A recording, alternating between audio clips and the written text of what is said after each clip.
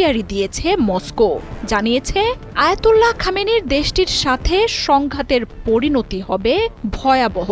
ইরানের বিরুদ্ধে সামরিক আগ্রাসন অগ্রহণযোগ্য বলেও জানিয়ে দিয়েছে পুতিনের প্রশাসন।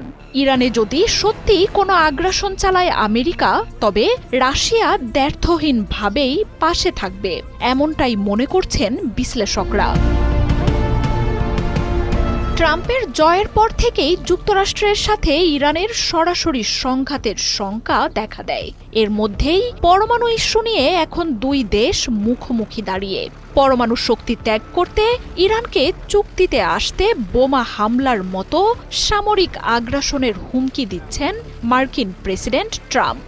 তবে পরাশক্তি ইরান সেসব উড়িয়ে দিয়ে শুরু করেছে যুদ্ধের প্রস্তুতি। আর এমন পরিস্থিতিতে দুই দেশের সংঘাত এখন অনেকটাই অনিবার্য।